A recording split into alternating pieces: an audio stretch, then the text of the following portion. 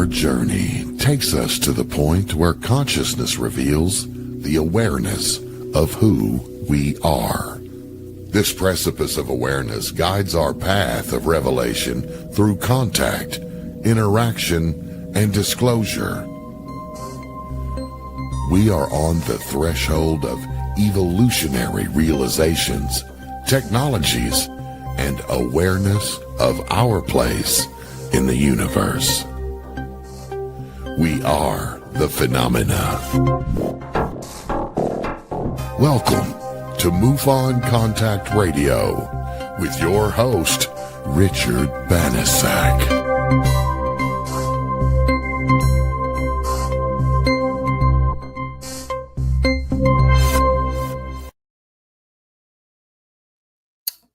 Welcome, everybody. Hey, just to let you know, this is MUFON Contact the radio show and on the precipice of awareness, and I am your host, Richard Banasak. Hey, again, just to reiterate what our intro said, we are the phenomenon, and once we wake up and become aware of that and who we really are, we're on the road. You're always on the road. You just sometimes you don't know. Anyway, in this episode, so it's similar to what we did our last episode. Our journey takes us to some more of MUFON cases involving UFO, and encounters. These cases that I'm going to show you, obviously, these involve mostly the cases that I've investigated in the local area that I am an investigator. But I mean, there's many, many more across MUFON's world, including worldwide. These actually just happen to occur in the area of Southern California, where I am a MUFON investigator. But anyway, these particular cases are, again, some of the strange encounters and experiences and sightings involving our nation's national parks and rural areas. And as you know, national parks and rural areas contain some of the strangest occurrences and areas. Not only that, it's just ironic that a lot of our military facilities and installations are at or near those. Anyway, before we get started, though, I want to I think it's so cool that we continually talk about just things that I think are of interest. So for those of you who don't know, I'm sure that this is the web information of interest, and it's war.gov. And this is the third release of the UFO file dumps. And there's some incredible stuff in there all the way from NASA. There's a number of videos. And then not only that, there's a lot of documents that previously, even though they were out, were disclaimed or discredited or said they were created or false or somebody made it up. And yet now all of a sudden these documents are coming out from the place that the people who released them, ufologists and those investigators who did a lot of good work, are now all of a sudden realizing they are actual documents. So for those of you who are interested, this is a web location that war.gov, and this is the third release. And we're going to talk about one of our cases that relate to this. Anyway, let's go on. The other thing that I want to make sure that I love to do is we have a lot of video people out there, a lot of podcasts, a lot of people who put up some good stuff. And I want to bring up this other podcast of interest. This is on X, and this particular address, or this UFO Mania on X is a really good site to view a lot of things. So let's look at this video that they posted.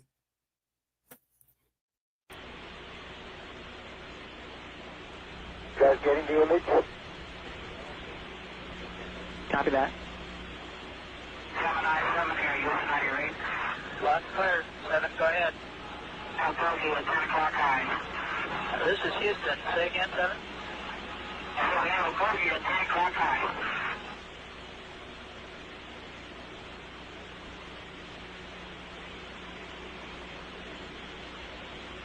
We have an unidentified flying object.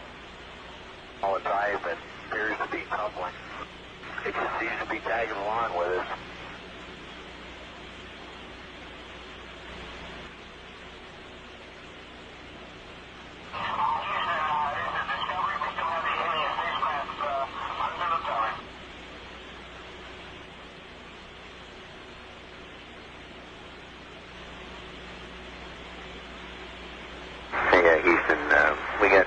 somebody out the front window with a pair of binoculars and a zoom lens. We're trying to get a pretty good idea of it. The interesting thing about that video, it's an older video, but if you'll notice, especially with the third dump from the government of UFO files, there's a number of NASA-related, not only transmission audio-only files, but there's some video files.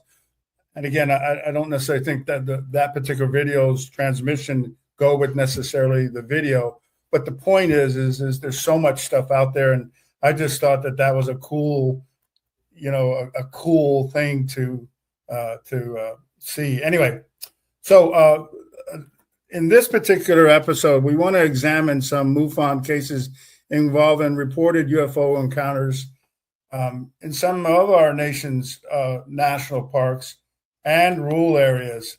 And, the way we're going to go about doing it, and again, like I said, is we're going to talk a little bit about cases that I have investigated. Again, there's many MUFON investigators out there. These just happen to occur in my neck of the woods. And of course, it helps that, I've talked and did some follow-up and all. But this particular first case is a rural area, and there's a number of national parks and areas that are around it that this occurred out of Ventura, California. The date of the particular event is in July of 2018. I received it, MUFON received it, and sent it over to me in June of 2023. The disposition, just to let you know what disposition means, all that means is we don't have enough information to think it's anything prosaic or normal. We think that there's enough anomalous information there to make us believe that we don't know at this particular point. So just for instance, the case summary of this particular thing involves a silver object that was seen over an agricultural field in Ventura. The object appeared to hover, spin, and change shape. The witness reported it moved up and down and came directly over his head twice at a particular point. In his follow-up interview, he mentioned that his phone that he used to record had died out, staticked out, as he called it, and died while filming. So he had to do a couple of particular episodes, follow-up captures. Anyway, the witness at one point hid behind a trailer because he felt that the object was approaching near him, and it noticed him or was searching for him.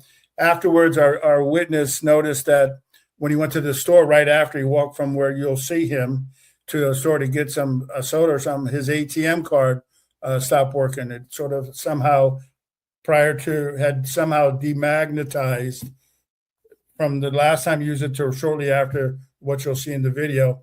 He later mentioned in a follow-up interview that I did that he found a piece of metal near the site.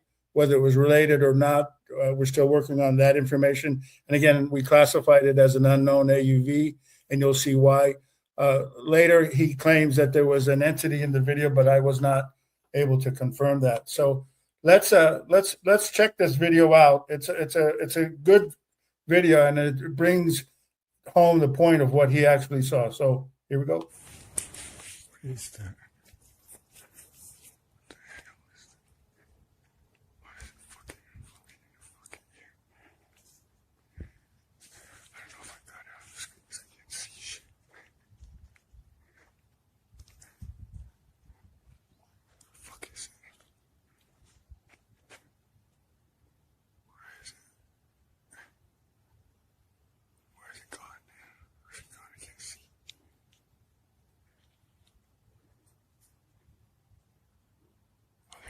What is that?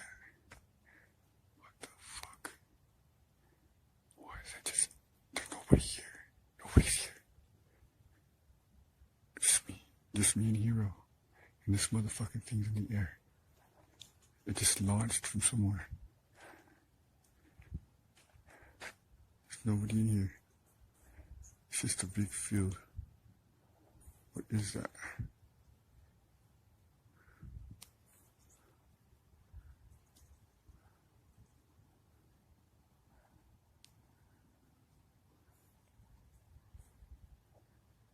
What is that thing?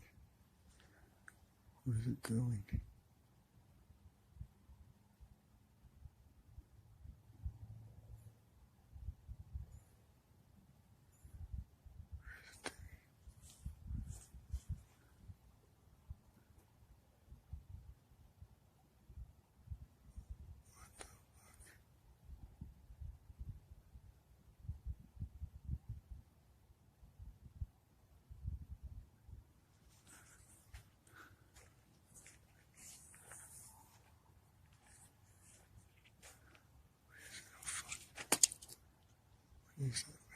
fucking drone.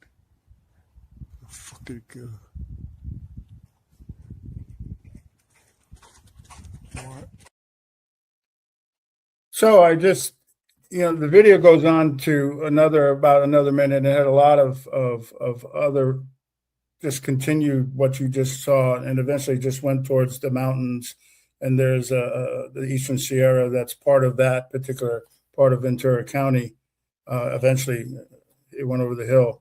The interesting thing about the witness, he was an Iraqi war veteran, and as you could clearly hear, if you couldn't hear the audio, he was definitely startled and afraid. In it, his dog went for the walk with him. That's how he goes. And interestingly enough, and sadly enough, apparently what he was telling me after I had interviewed him, that the dog had died about 6 weeks later and had lost a lot of weight, and its hair looked like it was partially falling out. He didn't know why it died. It was a healthy dog prior to that. So that sort of added, in to a certain extent, to the mystery of what it was. So in the video, I took a couple of still photos, shots, and then looked at them. And so what you're seeing here is a couple of those photos. So the one that's the blue sky with the three circles that are to my left are a snapshot, still of the video, and a couple of interesting things I saw. So again, the one on the right is the orb or whatever it was, and then the ones on the left are me identifying not only the object, but a secondary object to the right of it, and then above that, something that I thought was weird, just in terms of outline because of clouds. And then all I did was, in terms of enhancement, I made what was light, dark, and what was dark, light in the area, and it brought out some additional features. Whatever those particular features are, I don't know, but I thought that they were interesting because what they depict and what we've seen in other cases is this idea that, if it's an orb and it was what he believed is some sort of craft, and usually it's a smaller vehicle to a bigger vehicle. He claimed that, his involvement with it was what he believed anomalous. So one of the things that we talked about after that is this whole general idea of the behavior of the object and him. Again, through analysis, the investigation I did, the object rose up from a near tree area. This is what he said, where it was by the ditch, and it appeared to hover many times, not only where we initially saw, but throughout that video and some other subsequent videos, because his phone kept turning off and on. It seemed to change shape or morph or have some sort of electromagnetic effect around it. It either looked like it was turning or rotating. The witness said that at the time that when it did come over near where he was able to look up at it, and he said it appeared that through this morphing or whatever, it had a hole-like feature in the middle, and that looked like it was mutating. He said it was very slow, but the speed was very steady, moved up and down, side to side. Again, he said it looked like it was spinning. At one point, he said it seemed to disappeared, or the witness lost sight of it through a number of different things. Later, again, he said it reappeared and then came over, like he had talked about him twice, moving up and down. And then after that, it moved towards the center of the field, and then it was gone. A couple of other things that I thought was interesting. When I do these and I try to see if I can imagine, I ask an AI generated program, just create what's the witness or the person who saw it observed. And so the AI created this particular picture of what it believes the witness said that he was observing, which I thought was a pretty cool thing. So if you take a look a little bit at the the area there is a ditch in this one, and there was a ditch in that. It was a bigger agriculture area. But at this particular point, what you see with that dot, that was indicative of what the witness was seeing. And then, of course, it came down and went up. So, again, a very cool sighting. We get all these in MUFON all the time, and it's just part of all the things that happen in terms of strangeness and weirdness throughout everywhere, not just in those special places, but this occurs everywhere. Anyway, okay, let's move on. Our next case is a triangle case, and we see triangles and are reported all the time. What they are, where they come from, that's a debatable issue and question, and I get it. This next case is an Anza-Borrego National Park sighting. Anza-Borrego, and you'll see, is a park in the southeast part of Southern California. It's sort of part of the Mojave, runs down from the border all the way up as far as you can, and it just keeps going. And then it turns into other areas, Mojave and Las Vegas. And so there's a number of areas around there. 29 Palms is there, Joshua Tree National Park. Anyway, I got this case in a couple of days actually after it occurred. This was in October of 2023. It was west of Salton City, which, if you know, Salton Sea, which is a sea in Southern California in the desert made by the Colorado in the late 1800s from a spill-off. This is just west of that particular area, and it leads down to the area of Anza-Borrego and the park. The classification that I gave it this, again, because don't have enough information to say it's something more natural or normal or not strange. It was sort of more prosaic.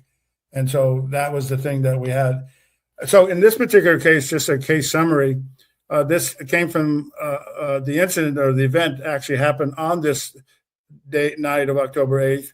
It happened throughout the night late, but the primary sightings were in the early morning. It was at the Anza-Borrego Desert State Park. Two witnesses observed a large black triangle object traveling west to east at high speed and at high altitude.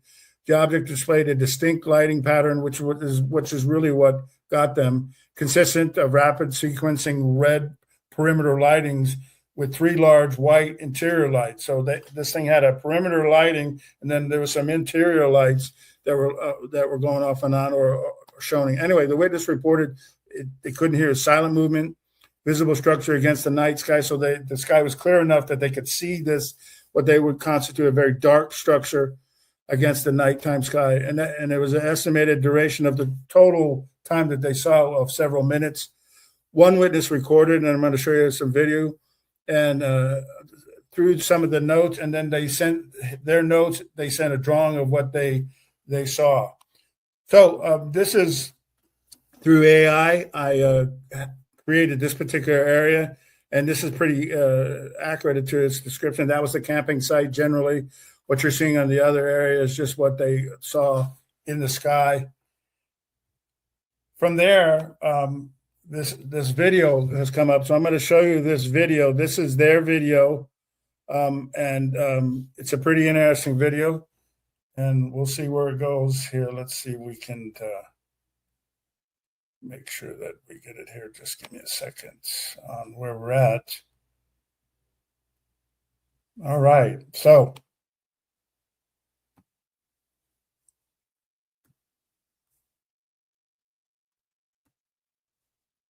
all right, here we go. So you know what? It seems like the video is having some technical issues there, and maybe we'll come back to that, and I'll see what we can do in relationship to that. Anyway, we can go on because the video it's a dark video and it's got a lot of lights, and I'll see if I can work on showing it. But anyway, based on the video, and you'll see this because they did some screenshots, and they did some drawings, and then they did a second drawing to show what we were looking at. And in this particular case, the cool thing about it is you'll see there's two drawings. One was by hand. It was drawn immediately upon seeing it. The other one, they took some time, and they sent this as a follow-up to me. It was a triangular one, And these are the red lights that they were talking about. This particular structure, you'll notice, is consistent with what we has been reported to MUFON in the past, in that it's a triangle, has lights in the center, sometimes around the perimeter. So what you're seeing now in this particular shot are screenshots from the video. Now on the left, there you can barely obviously see the object, and they're screenshotted. On the right, there's a blow up that I did as much as I could for both of the objects, and you can see they are a triangle. One is a little bit more of a triangle. The other one appears to have some either wings or something. So these were two different objects. They thought were the same, but they saw them a couple of different times. So they don't know if it was going around or this is a better shot. And it was particularly consistent because not only were they able to draw it and get a video of it, and we'll see if we can see it in just a bit, but they were able to catch these screenshots. And then what I did, the ones that are blown up, those are me blowing up their shots and getting a view of what they saw, which I thought was actually really cool. Anyway, the behavior of that craft and the observations that they saw is, again, we're talking about a large triangular craft. It had red and white lights in a structured pattern. It was counterclockwise in terms of the light and the light rotation. So it went opposite, obviously, of a clock. It was silent. They didn't hear anything. It was clear out there. You can see for 100 miles and hear from 100 miles out there. Steady flight path from west to east. High altitude, but low enough for the structural details. It was high, but they were able to see, as you could see in the stills and the screenshots and the blow-ups, that you could see it. And of course, you're out there in the middle of the desert where there's no light pollution. You can see all kinds of things up there. There was a lot of shock and disbelief from both of the witnesses. And of course, the video evidence was consistent and captured by one of the witnesses. So this is a AI-generated image that I asked AI to do, independent of what the witnesses said and what they showed. And again, as you can see, it definitely seems to be pretty consistent with what the witnesses had reported, which I thought was pretty cool. All right, so another caveat to this, just before we go to break, is the experiencer who did most of the reporting had strange encounters after that sighting. After this particular event, there was additional changes to what our witness said. He said he felt much stronger in his connection with his friend. He described high vibrations, and a telepathic bond. And he believed his consciousness had been upgraded through a connection to a collective consciousness. This is the way he put it. He also said that his connection to animals increased, his memory improved, he felt smarter, and he experienced a greater sense of love towards everyone. In addition, he reported becoming more sensitive to the energy of people around him, feeling more able to detect whether it was positive or negative, which, is consistent a lot of times with people who have experience in sightings and then see things after. But the strange part is about a week and a half after, he had a vivid dream in which a portal opened up on a wall near his bed, and a small gray alien being emerged, crawled down the wall, and went under his bed. He also heard a voice in the dream saying that the being would move around his room but would not harm him. When he woke up, he checked under his bed but found nothing there. And again, just before we go to break, this is a consistent thing with people who have either sightings, and they report these ironic after effects or after things that they have experienced. And so these are pretty consistent with previous reports. And this particular case, again, was one of those that I thought, based on its totality, had enough of anomalous characteristics or attributes, if you will, that I determined it to be an unknown. Again, a lot of cases, a lot of things happening in our national parks. So we're going to come back and we're going to talk about another case and continue our discussion on the strangeness involving UAPs and UFOs and encounters in our national parks. Okay, come back and see us in a bit. Join us in Cincinnati, August the 27th through the 30th for one of the premier UFO conferences in the United States. The MUFON Symposium 2026, UFO Revelations, Impact on Society and Science. This year's event features keynote speakers Alex Dietrich and the intrepid Peter Robbins, along with 8 additional investigators, researchers, and authors presenting the latest developments in UFO research and disclosure. Master of Ceremonies Stacy Wright will guide attendees through 4 unforgettable days of presentations, discussions, vendors, and special events. Register today at MUFONSymposium.com. That's MUFONSymposium.com.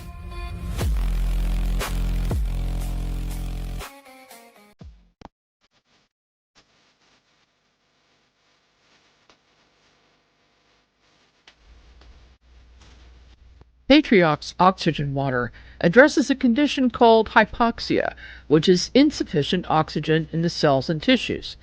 The fact is that hypoxia triggers 90% of all chronic conditions, including circulation issues, low oxygen levels in the blood, and more.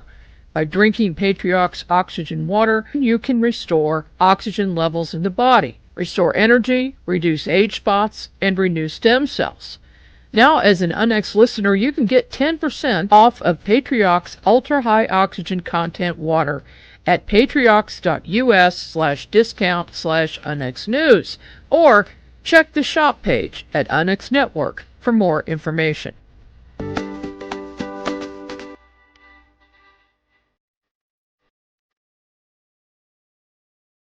Okay, hey, welcome back.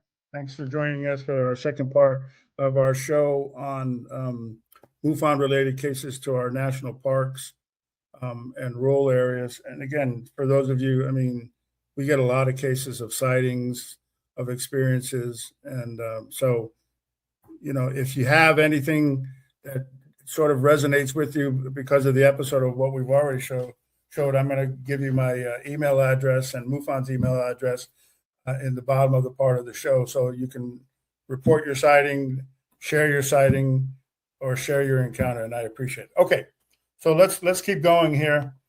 The next one I want to share, and this is a previous case that I've shared. It's called the Jackrabbit Abduction Enigma, and we're not going to talk about that particular part of the abduction because I've already done it, but it had a previous experience that the experiencer mentioned that occurred just before the other subsequent abduction. And this previous experience occurred in late 1977, early 1978. The location of this was similar to our last case, and it was in the Anza-Borrego National Park in an area known as Coyote Canyon. Now, Coyote Canyon is infamous for UFOs, sightings, military, and what we believe potentially federal contractor at labs and facilities that are sort of top secret and classified. And so this particular case and this particular aspect of the case involves our experiencer, who was named Susan, and she recalled a camping trip with her Navy buddies to this Coyote Canyon, which is in the northwest area of Borrego Springs, Anza-Borrego region, east of San Diego. And this occurred during the night. The group reportedly saw strange lights prior to and because they were camping there in the canyon. And because our experiencer felt uncomfortable, she decided that she would not sleep around the guys, but inside one of the Jeeps, sort of a private, isolated area. Anyway, the next morning when our experiencer woke up, one of her tennis shoes was missing, and she didn't know how it was missing because she went to sleep with the tennis shoes. She asked the others after she got up if someone had come in and taken it. You know, the military buddies they do pranks during the middle of the night. If you fall asleep when you're not supposed to, they paint on your face or they do all kinds of things. But so this was sort of like that kind of behavior that she said that they were often doing to each other's. They said that they didn't know what she was talking about. So anyway, eventually they packed up and began leaving. As they were leaving the area, driving out of Coyote Canyon, going back to the main road, she saw on a high, steep beam area near a mount, this hill, she saw her shoe resting up on this area where there shouldn't have been no place or reason why it should be there. She didn't see any tracks. They went up and got it. Anyway, at the time she dismissed it and couldn't figure out how, or it went from her foot up to an area down from the campsite on a precipice up, I think it was almost 100 feet up on an area where there was no tracks. Anyway, however, through a later regression session, she learned that she had remembered being lifted up from the Jeep that night on that camping trip into the air. And as whoever it was lifting her out of the Jeep and she was going up into the air, she felt and saw that her shoe had fell off her foot as she was ascending, and it fell. And she recalled being lowered down before the dawn. She saw and observed that her companions were still asleep around her. So as she was going up, her shoe fell down, and then she remembers only again. The next thing is that she's coming down, seeing everybody. She further remembered seeing an eye-shaped or tear-shaped craft in the sky that had like a matted finish. It was a fuzzy edge appearance, and it was surrounded by an energy field. And this was during her regression. She described it as a turquoise and or silver type ship, appearing like it was dropping. And this is the key thing, especially related to the UFO file drops for the government here recently. But anyway, it was dropping smaller orb-like objects from the ship at an end, and she remembers seeing this. And the cool thing about it is I asked her to draw it. And so this picture that you're seeing is the picture that she actually drew of the campsite. As you can see, there's the campsite. There's the hills around it. She stayed in one of the Jeeps. I think it was the green colored picture there. But over her head, as she's sitting in the Jeep before she remembers being pulled up, there's this object. She called it a teardrop shape, elongated, and it was releasing these smaller orbs or whatever she was calling, whatever they were, out the back of it as it went over. The map that you see is the Anza-Borrego area, but the irony of it and is the behavior of what she remembers. So the object was described as hovering in the sky above the area where Susan was being lifted towards the Jeep. It appeared stationary enough for her to clearly see it, yet its surfaces and everything, it had this sort of fuzzy edge. It was surrounded what she believed was by an energy field, and of course the color was the silvery turquoise. The most notable behavior, as she said to me, was that it emitted, dropped, and released small, round, orb-like objects from one end. And she compared it to sort of some type of dripping sideways, suggesting that this motion was not like normal falling, but more like a fluid discharge. And I thought that was pretty interesting. This was a AI created image that I asked AI to create it based on Susan's description. And as you can see, again, it was similar to what she created. And I thought, man, that's a pretty fascinating thing. But I want to introduce another caveat. So recently, probably, what was it, a week ago, the Department of War released three releases of files, videos, documents. And one of them involved this video. So I want to make sure that I have a copy of it so that we can show it. Let me make sure that I don't have it. I have to apologize. That's not it. It looks like, again, I'm having some technical difficulty. That's okay. I'm going to have to bring that up here in just a second. So just give me one moment, because it's really cool that you guys can see this. So I'm going to just see if I can bring it up real quick. And I think I can, because it's a very important video to watch. Let's see here. Okay, here we go. All right, let's see what we can do here.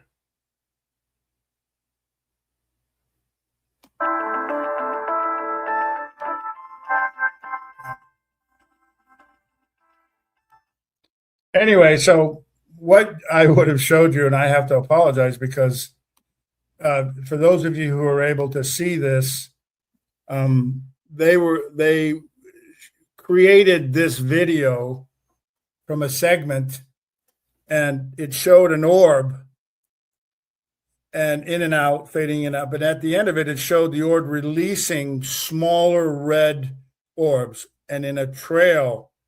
And that trail and that orb picture sideways was consistent with what Susan had showed us. And not only that, it was in an area, as you can see, the recreation from the News Nation segment that I was going to show you. It was in a national, not only park, but national facility. And I thought that was a particularly incredible way of coincidence that it happens all the time. So the other thing that I want to show you here is this idea of this other type of case, and this one comes out of Yosemite. And so I'm going to bring this one up here. So if you'll just give me a second, let's see what we have here. Let's see if I can remove this. And all right, so I'm going to bring up another one, because this one will tell us exactly the next segment of what I want to show you in terms of a case that it's actually, we get a lot of these from Yosemite. We get a lot of these from the area of Lake Tahoe. Big Bear is another one that we get some of these. And what often happens is people go up to these campsites. Joshua Tree is another one. And what they encounter and experience is not only sightings, and they see lights, pretty much what you see at the Anza-Borrego one, but then they have other things that they see. And particularly in the Yosemite one and the Lake Tahoe one, in this particular case, when it came over to me, it was ironic, because initially it was classified that the person who reported had encountered either a Sasquatch or a Bigfoot, or he wasn't sure what it was. And so I thought it was interesting, because it is germane to what we're looking at today about from national parks. So this particular case, I'm calling the Yosemite Park National Campsite Encounter. I received it in February of 2023. I'm sorry, it occurred in February of 2023, but I received it in June of 2023. And it happens, and for those of you who understand Yosemite National Park, this is on the park where Mariposa, California is. So there's a gate over there. And this occurred near that. Now, the case summary of this particular incident, the reporting person said that while camping alone in his car, he saw a tall, pale gray, human-like being outside his vehicle at night, and it illuminated the moonlight. He described the figure as roughly 7 to 8 feet, with long limbs, a triangular head, large black eyes, and a small nose, and he had a small slit in his mouth. He said he could see this from the window area that he was at. According to his account, the being appeared 2 to 3 different times, including once close up to his driver's window. So he first initially saw it at a distance of about 50 feet, he said. Then at another point, it was actually up right next to his driver's window as he's car camping at this particular site. And of course, it frightened him enough that he got like a lot of people go camping, they carry a weapon just in case for animals and protection. So he got his gun and he remembered staying up all night until sunrise because he was afraid that whatever it was that he had encountered would come back. And then in our follow-up discussion, he described other unusual events, including strange sounds while he camped later on, orbs that he would see, and then unexplained experiences. So I thought it was a pretty interesting thing. Now, the behavior of the being, and I'm going to talk about this before we show what was created in relationship to it. He said, and it was ironic, he said it stood still in the moonlight. It said 20 feet here, but I think I remember him saying it was almost like close to 50. He said he looked up for some reason, and he didn't know why. He looked out his window that had a cover because they cover the window for the light, but he could see through the slit of the sun screen cover, front window cover. He could see this particular being. He said it reappeared multiple times for a total of what he thinks clear. He would see it. He looked down.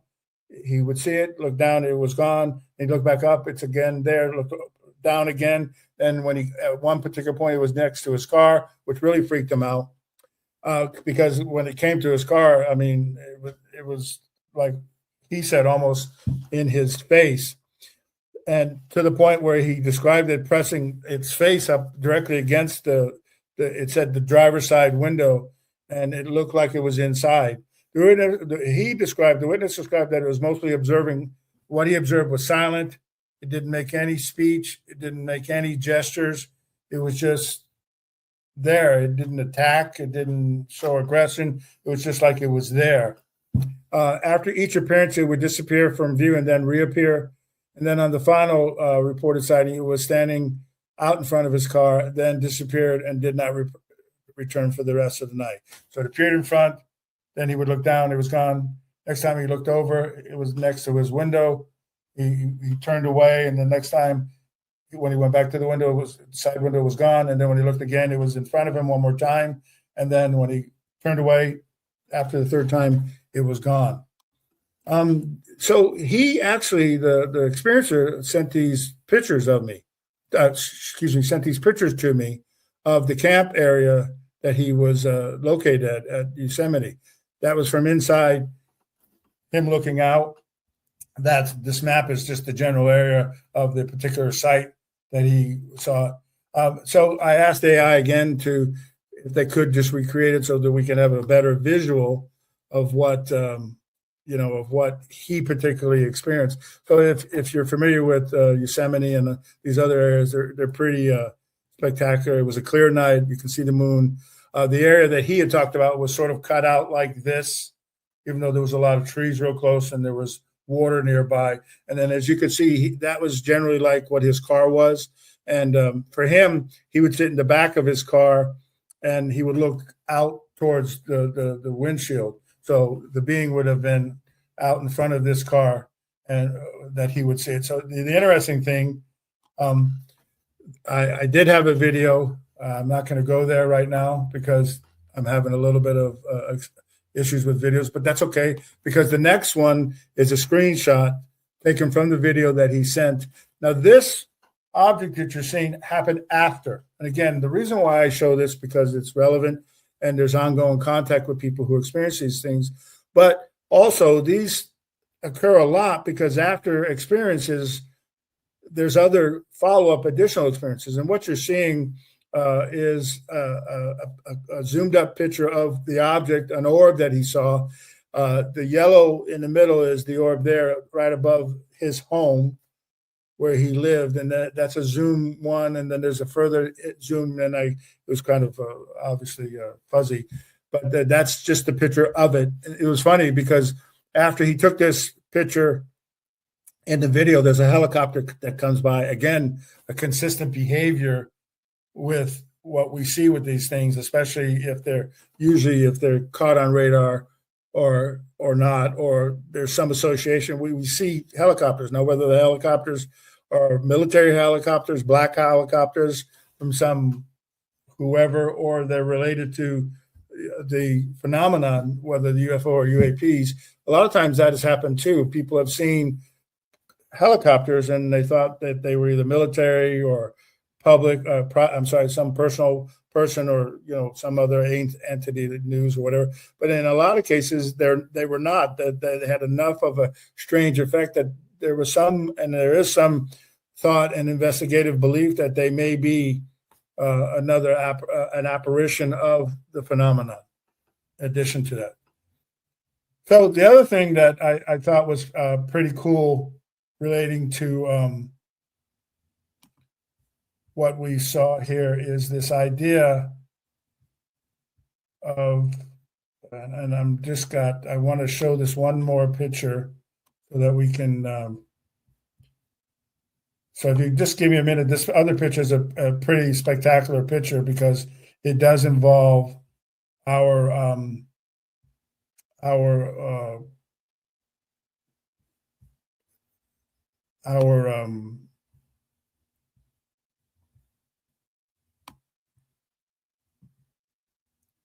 guy seeing a entity here.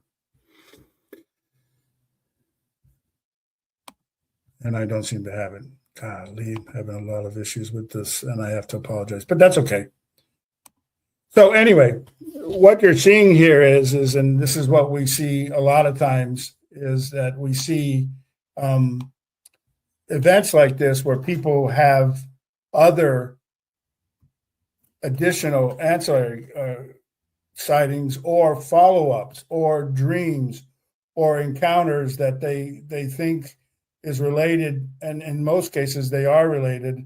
The other thing that they have is they have what they believe, and this is what the first case that we talked about, Anza-Borrego, where they have these additional awareness. It's sort of like a door opens to some of these folks, and what happens with them is when this door opens, they feel like their awareness or the things that they see or the things that they feel are expand themselves, if you will. Again, just something to think about. Anyway, so in our final aspect and segment of our episode today, there is an investigator who is also a retired and former police officer, and who has done a lot of great work. And, a lot of this channel, we want to make sure that we, sort of not educate, but suggest things to maybe expand your own thought in this particular area. And so besides what I shared earlier with the podcast from the different podcasts that show older videos of pretty spectacular things, or other information about just websites like the war.gov. This particular gentleman, and most of you probably are aware of who he is. He's a retired police officer out of San Jose, and he has done such significant work that I think it would be interesting for you to know some of his work. His name is David Palladio, and he's done a number of books. And his primary book is this Missing 411. And then for those of you who like reading but like watching, he did this video documentary. I'm sorry, it's a movie documentary called National Parks, in this particular case, Washington State. And in these, the book and videos, you're going to see many cases of not only missing people, but other cases involving other strange and anomalous occurrences that happen in many national parks throughout the United States, not only from the reports and investigations done by David here, but MUFON and other folks who have done those cases. And, what comes to mind too is just those other areas that are anomalous and that, are in the news and in the public eye now, like the Skinwalker Ranch, and just some of the works that both in terms of film and documentary, and they have a TV series, and books related to that particular site. David here has done an exhaustive work on cases involving missing children, missing adults, and incidences involving sightings of Sasquatch. He's done a number of books on Bigfoot and Sasquatch and other related phenomena. Again, so the idea here is this is just something for you to maybe think about, maybe research yourself. I mean, we're all researchers, we're all investigators of the phenomenon. Okay, so I want to offer for you, as I told you earlier on in the broadcast, I'm always looking to listen and to hear, as Muon and others who love to investigate these occurrences, these sightings, these encounters. So if this episode resonated with you, if you've had similar sightings or similar events at national parks or other locations, and you want to either share them, report them, or talk about your encounter, this is my website, email, mufoninvban@aol.com, Muon Investigator Band at AOL.com. I'd love to hear from you. I'd love to listen to your story, and I'd love to do an investigation, or again, maybe at some point I can use it in one of my episodes just to share with others what you've already experienced, if you're gracious enough to allow us to do that. All right. So towards the end of here now, I want to make sure that we close with obviously some positive thoughts and positive sights. And, the universe is a wide open thing. Our life is a wide open thing. There's diamonds and discoveries and hidden jewels everywhere if we open up our eyes and mind. There's something on the web for these little emojis and, things that people talk about. They talk about this thing called FAFO, fool around and find out. And I thought that was funny. Obviously, they use another particular word for the first word. And I thought, hey, here's something for those of you out there that I want to share with you. If you wake up, you will find out. WUFO. Take care, my friends. Have a good day. See you next episode. Bye.